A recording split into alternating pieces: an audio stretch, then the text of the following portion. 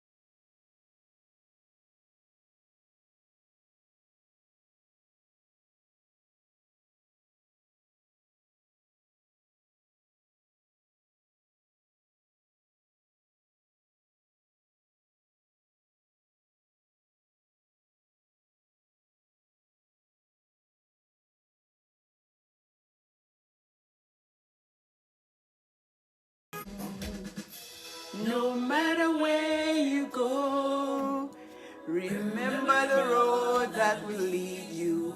Oh, remember the road that will lead you home. No matter where you go, remember the road that will lead you home.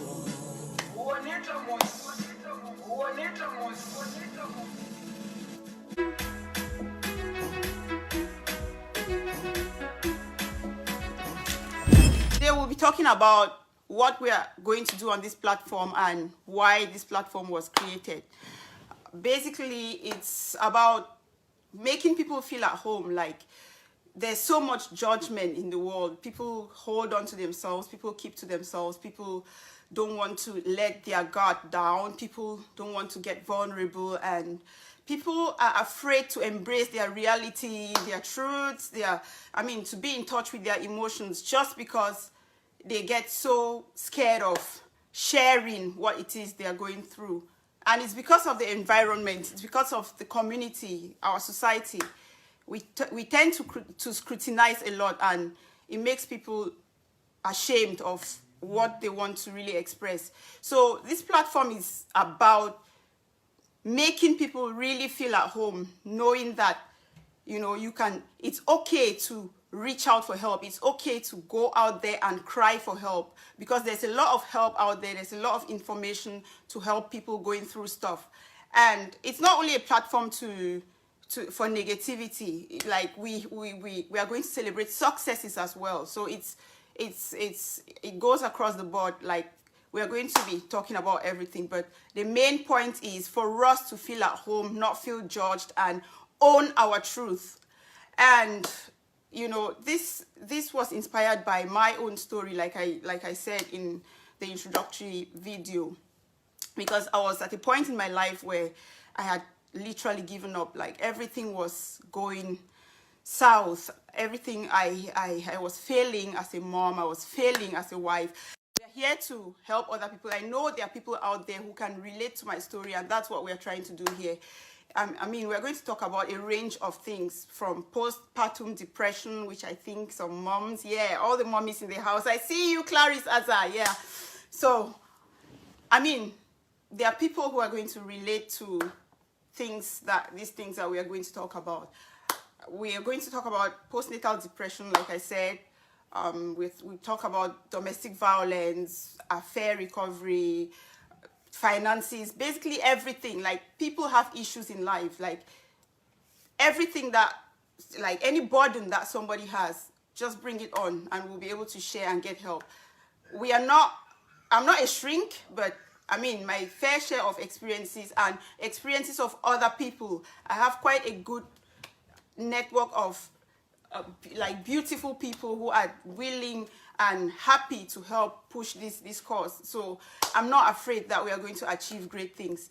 And then today, like I said, we are going to just engage. So guys, please, I don't know, for privacy, for the sake of privacy, just, you can leave me an inbox if you don't want your story shared on the comment section. But if you don't mind, you can just say whatever you want us to talk about today, and yeah, we're ready to go. So guys, over to you. And any question, please feel free to ask me. I'll be enjoying some music while I wait for the comments and greet the rest of the people. And then guys, please, I hope you're keeping safe. Coronavirus is real. Keep safe, and like, share, comment, tell us where you are watching from.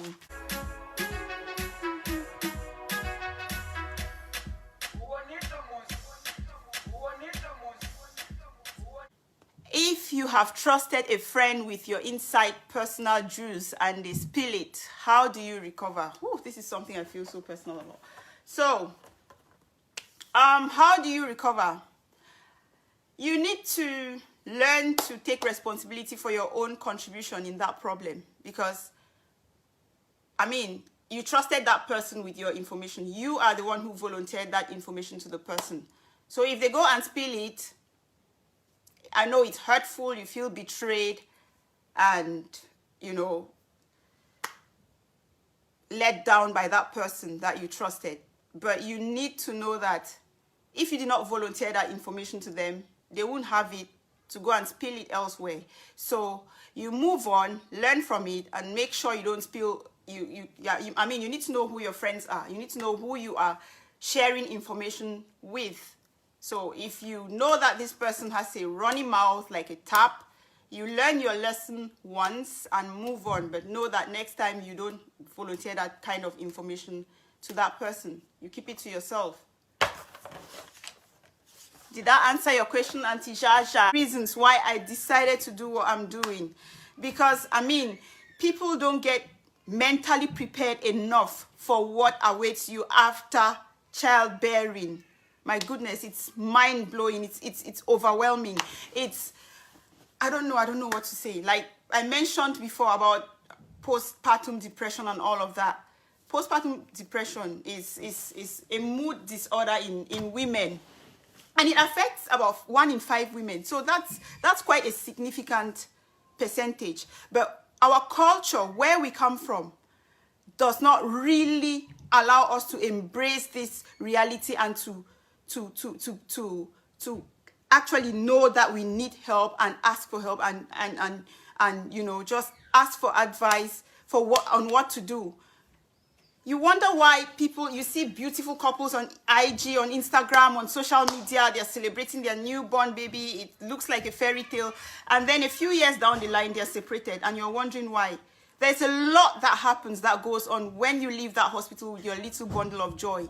There's a lot that goes on after that. And that's what we don't address properly as a people, as especially our culture, especially our community.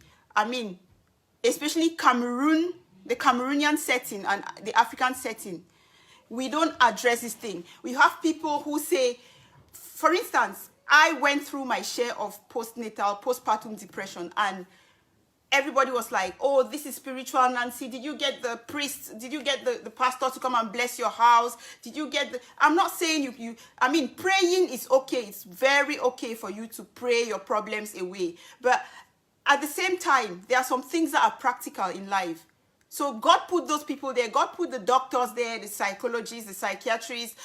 I mean, all those professionals. God put them there for a reason. So you cannot come and tell me that I'm suffering from postpartum depression and I just have to pray it away. No, I need to get help and I need to get professional help. There are times where they give us these forms to fill when we come back from the hospital as new moms. I mean, we do that in England. I don't know about the other the other countries, but they give you some forms to fill just to check on your mental health. And Some of our sisters tell us, do not be honest on that form. Don't tell them how you're really feeling. They'll come and snatch the baby away from you. That is misinformation. Please, guys, inform yourselves. Inform yourselves. This is important. This postnatal or postpartum depression, anxiety is real. It's real. After my first son, I can testify it is real. I was in the hospital, in and out of the hospital with panic attacks, anxiety attacks. I sit at home and I feel like somebody's coming to kill the baby and somebody's coming to hurt my baby. At some point, I had to, because I was alone at home with my baby, I had to move to the neighbor's house. Shani, she's watching. I'm sure she can testify. I had to move to her house because anxiety, I had anxiety, and everybody was relating it to a spiritual problem. So this is something that we need to inform ourselves about. We need to take it seriously. So how do you deal with anxiety? First of all, Mama J, how do you deal with anxiety as a new mom and conflicts in parenting? Oh, daddies, please don't feel left out. I will come to your part. Maybe not today, maybe on our next live show, but I will come to the daddies because they have their own journey too. They have their own mental journey that they go through from pregnancy through to the birth process and after. So it's a whole nother story. We are going to talk about it. But I'm talking about moms today because this hits home. So dealing with anxiety, first you need to seek help. I cannot stress enough. You need to seek help. You need to cry out for help. Say, you know what, guys, I am not feeling well. What can I do? They don't give you those forms to fill for nothing. They don't give you those forms to fill to come and collect your baby from you. They give you those forms to fill to check your mental state, to check if you're okay. Because guess what? If you're not mentally okay, you will not be able to take care of your household. You will not be able to take care of the baby, that little person who depends solely on you for survival. You have to be mentally okay to be able to look after somebody else and everybody else. So to deal with anxiety, first of all, you have to acknowledge that you're going through something that is not normal. And then get your partner, the people around you. Your first point of contact should be your family and friends. Get the people around you to be supportive. Talk to them about it. Tell them this is exactly how you're feeling and this is what you need. You need support. If you're a new mom, if you don't want people to visit you at this time, don't let them come. Explain to them. They need to understand. They need to know that you need rest. If you have in-laws who want to come and watch the baby 5 times a day, if that's not okay by you, open up and talk about it. Don't play the saint because you are the one who knows what you're feeling inside. And then going back to challenges in parenting, Mama J, can you kind of break it down, because that's a really, really, really broad topic, and I don't know how you want us to handle it today. So, but I think I hope I've answered the anxiety question to some extent. But if anything else, please just keep typing, just keep commenting, and I'll answer the ones that I can answer.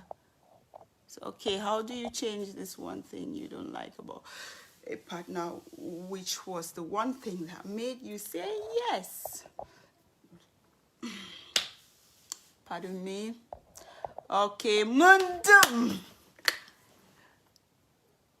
Okay, so, Cla, mommy boy, say, how do you change this one thing you don't like about a partner? Which was the one thing that made you say yes? Mommy, you start your fufu, you will finish them no. If you be see them before you talk yes, then why you want to change them? You have to change yourself, change your reaction to that particular thing, because that's the only way. That is a growth area for you. That's a growth area for you. That thing that is so uncomfortable for you is forcing you to grow out of your comfort zone, and that's what is going to force you to grow into a bigger person.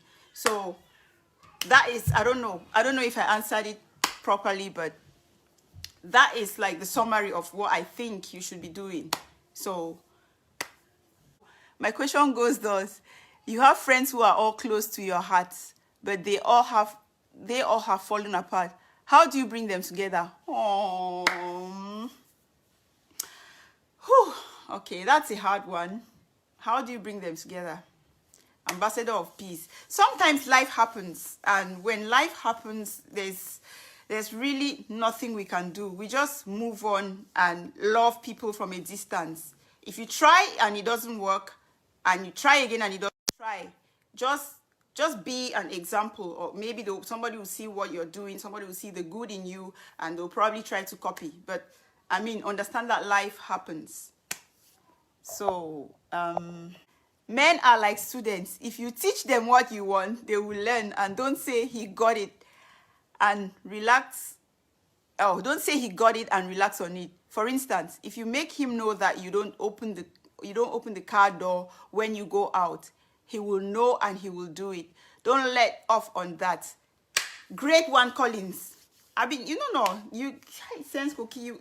See, wisdom will kill you for me.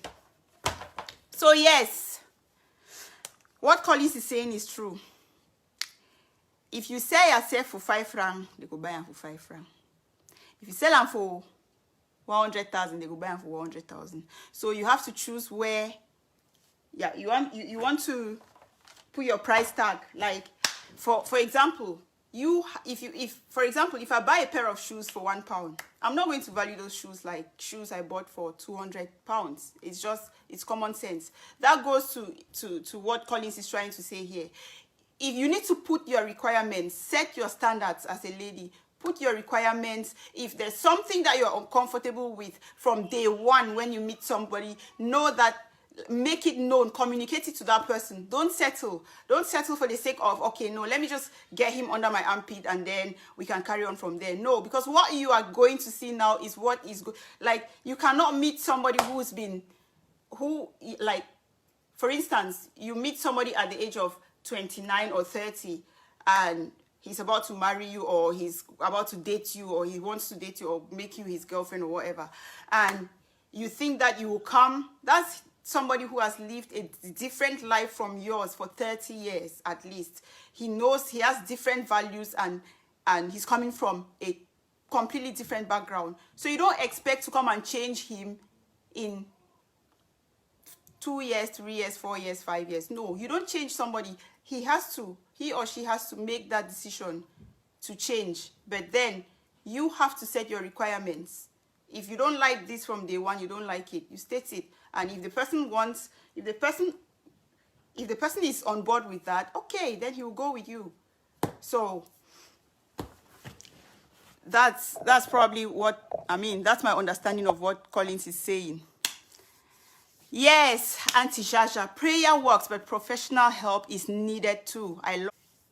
Yes, stigma and lack of education, yes. But the thing is, I don't know why we still complain about lack of education, because there's a lot of information out there. Or if you're one click away from knowing whatever you want to know, Google is your friend. So what are you doing? What are you doing on your phone all day if you cannot inform yourself about things that are happening around you, about the world?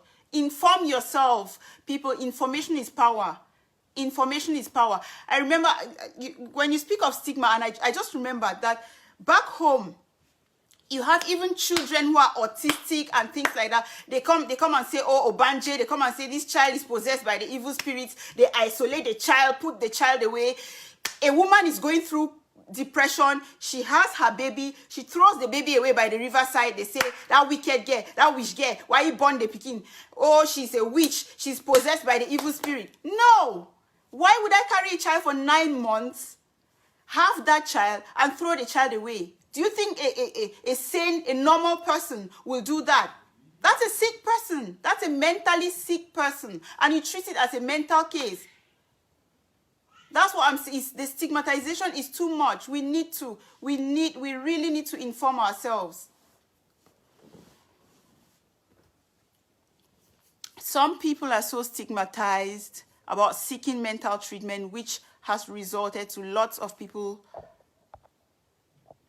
taking their own lives. That's true. That's true, Claire. That is very true. That is true. Because you have people who are actually suffering, like they need help. But the stigmatization, like when you say something, you can just mention something and your mom will say, don't let the next person hear that kind of thing. How can you be talking like this? You for instance, you can complain, you can say, oh, I'm not bonding with my baby. I don't think I'm bonding properly with my baby. How can you say that? Are you a witch? I mean, all of those things need to stop. So, this is why we are insisting that you should not die in silence. And if the people around you, that stigmatization most often comes from your immediate circle. So if the people around you are not helping you, guys, get professional help. Get professional help.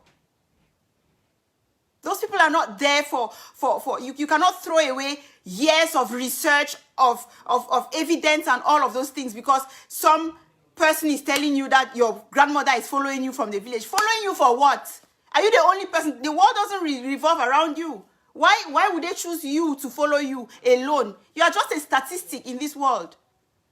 You are just a statistic. It's not. Yeah, I know there's spiritual. There's a spiritual dimension to everything. But I think we take this thing too far. We need to know that not everything is spiritual.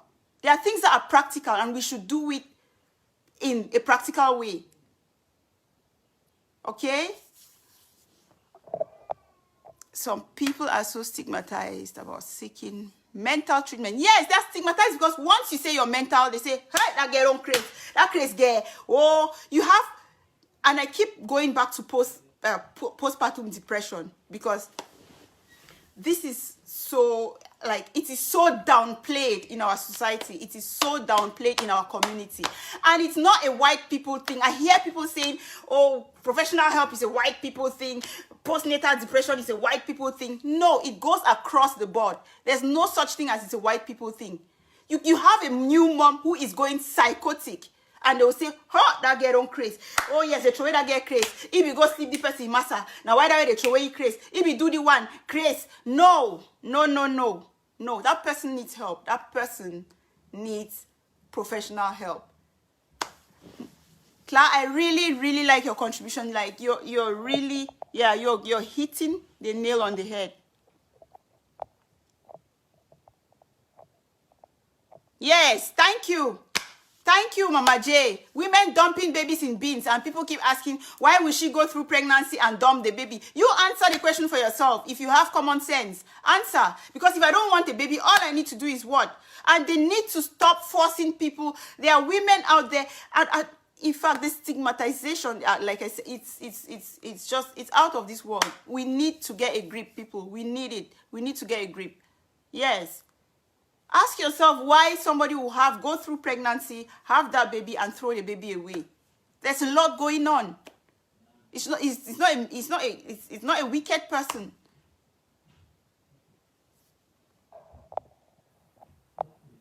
Yes, data are amazing too. Yes, Auntie Jaja, yes, data are amazing.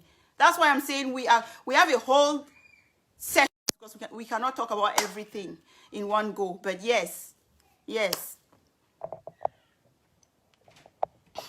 Auntie M.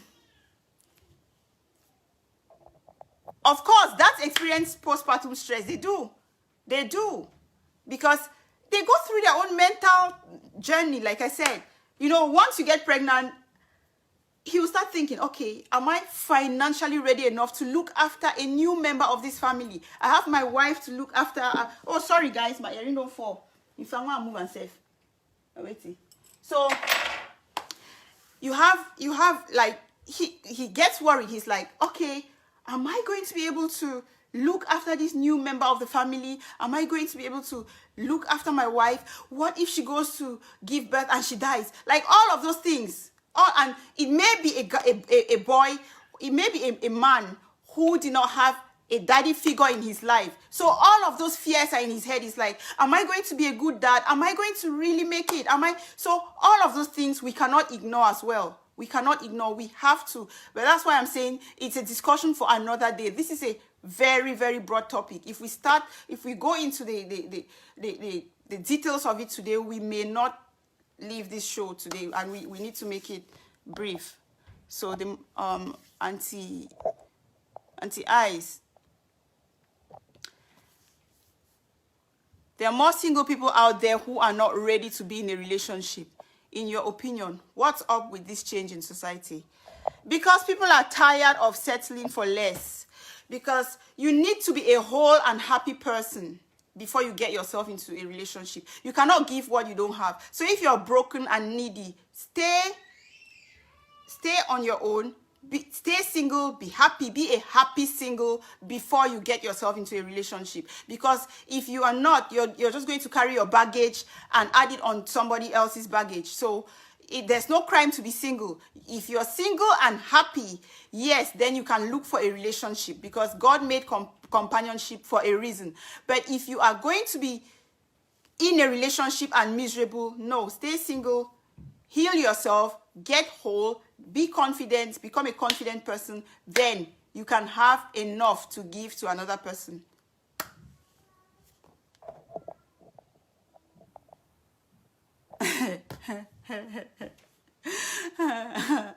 Auntie Emma, you really try me. My question is, so is that all the question then? My question is, how do we look as pretty as you look?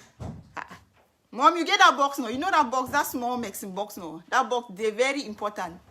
You understand now? We'll go talk the secret and later. Julio! Oh no, Rembeta. Julio, my baby boo.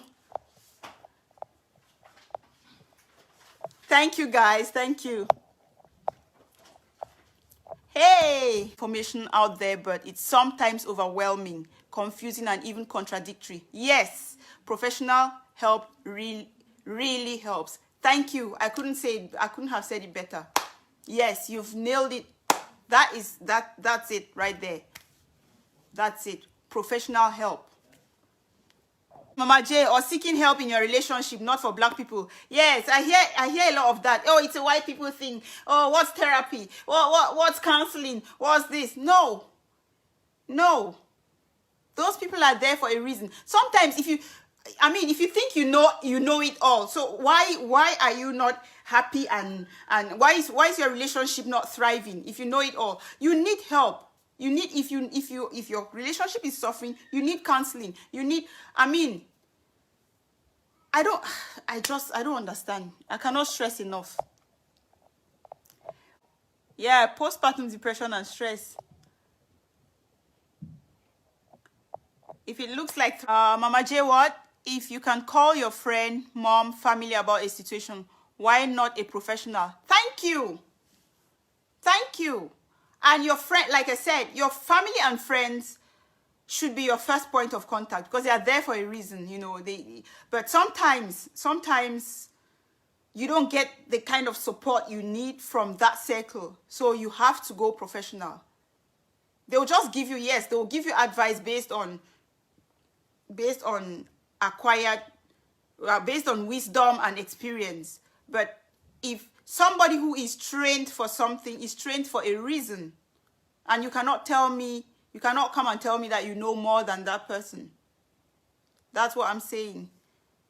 Thank you, big bro. Thank you, Nelson. Thank you so much. Great to see you too.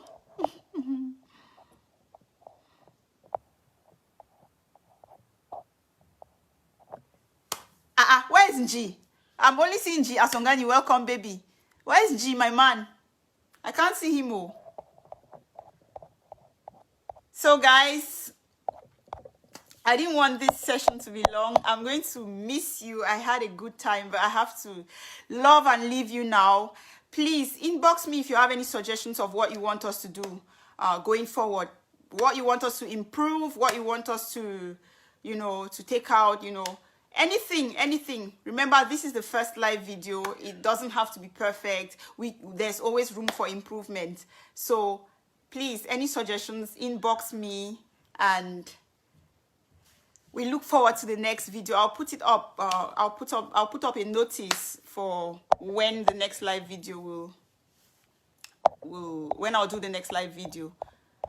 So guys, thank you very much for today, and I'll see you next time. Bye.